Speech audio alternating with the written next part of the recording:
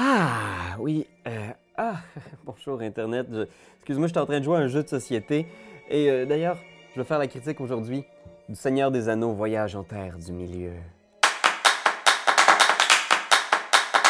Seigneur des Anneaux, un jeu d'aventure et d'exploration qui se joue grâce à l'aide d'une application. Alors oui, application pour iPad ou tu peux l'avoir aussi sur Steam pour ton ordinateur. C'est un jeu qui partage beaucoup de son ADN avec les demeures de l'épouvante, Mansions of Madness. Pour ceux qui connaissent, c'est un jeu d'exploration pratiquement identique à ce qu'on a ici, mais qui se déroule dans l'univers de Lovecraft, de H.P. Lovecraft. Je vais laisser en lien dans la description ici un lien pour notre critique de Mansions of Madness. Mansions of Madness, c'est un jeu qui ne m'avait pas parlé beaucoup personnellement. Mais ici, on retrouve beaucoup des mécaniques des demeures de l'épouvante dans l'univers du Seigneur des Anneaux. Est-ce qu'il y a des changements? Est-ce que le jeu est différent? Premièrement, tu dois savoir que la première grosse chose qui change ici, c'est que pour explorer ce monde-là et pour vivre des difficultés, surmonter des épreuves, tu dois d'abord te choisir un personnage, un héros. Par exemple, tu peux choisir Legolas. Tu dois choisir quel va être son rôle aussi dans l'équipe. Et ces deux informations-là vont t'aider à constituer un deck de départ qui contiennent un paquet de petites cartes avec des pouvoirs. Ces cartes-là vont aussi remplacer tes dés, parce qu'à chaque fois que tu vas avoir un défi à surmonter, il va falloir que tu fasses un test selon tes différentes compétences. C'est comme par exemple, si Legolas, il est vraiment bon en agilité. Fait que si je rencontre une difficulté de genre passer par-dessus une rivière ou escalader un arbre millénaire, ils vont me demander de faire un jet d'agilité. Et à ce moment-là, j'ai déjà 4 ici et je vais brasser des cartes. Et pour chaque succès, j'ai un succès de plus.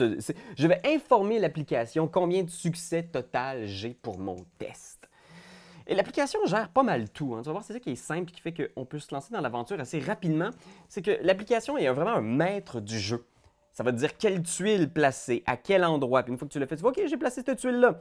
Il va te dire, OK, mets un petit jeton à cet endroit-là parce qu'il y a des rumeurs qui disent qu'il y a des vagabonds mystérieux. Il faut que tu ailles enquêter. OK, parfait. On va faire ça.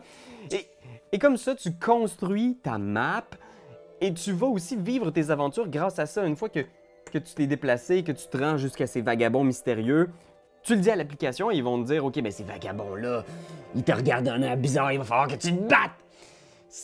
C'est en gros le jeu, comme ça, d'épreuve en épreuve, on avance, l'histoire se révèle et je dois avouer que l'histoire est quand même assez intéressante.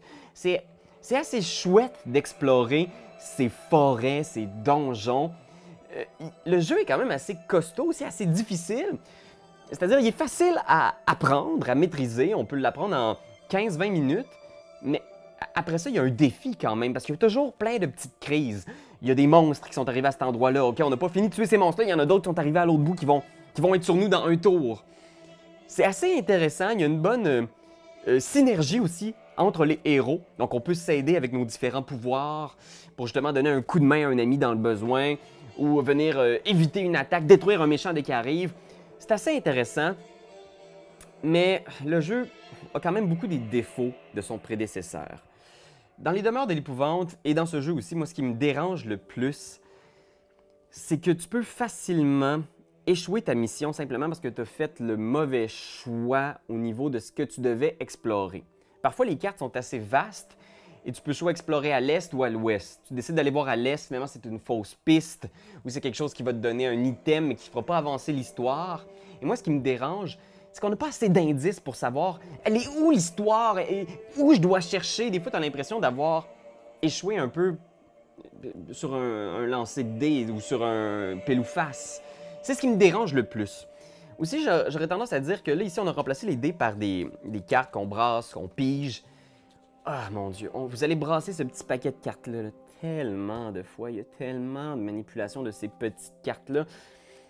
Je veux dire, je suis un habitué des deck building, fait que ça me dérange pas de brasser mon paquet, de repiger des cartes, mais là, vous allez voir, vous allez devoir le faire à la fin de chaque tour. C'en est vraiment irritant. Et ces cartes-là, je sais pas comment là, vous devez les sliver parce qu'elles vont être maganées très vite. Si c'est quelque chose qui pour vous est important d'avoir des cartes en bon état. Je dirais que c'est un jeu qui est le fun. C'est vraiment chouette parce qu'on se sent bien dans la peau de ces héros-là. Et quand on fait un move cool qui détruit 2-3 méchants d'un coup, on se sent vraiment puissant, on se sent héroïque. C'est vraiment chouette aussi de voir l'histoire. Il y a un mystère, là, de voir les tuiles arriver une à une, de découvrir des ruines, des statues mystérieuses. Tout cet élément-là d'exploration, de découverte, il est là, il est présent, c'est réussi. Mais sinon, je dirais qu'au niveau des mécaniques, c'est vraiment encore assez pauvre. Peut-être juste un petit peu trop simple pour mon goût à moi.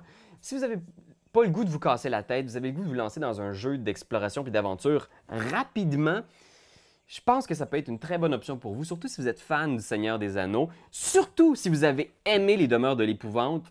Si vous avez adoré Les Demeures de l'Épouvante, allez-y, lancez-vous. Il y a vraiment beaucoup d'ADN compatible là, entre les deux jeux. C'est intéressant, malheureusement, peut-être un petit peu trop aléatoire pour moi. C'est ma critique du Seigneur des Anneaux. Voyage en terre du milieu. J'espère que vous aurez compris aussi que le pouvoir corrompt et seront dans l'ombre. Non. La musique est nice, par exemple. Ça te met dans le mood, pas pire.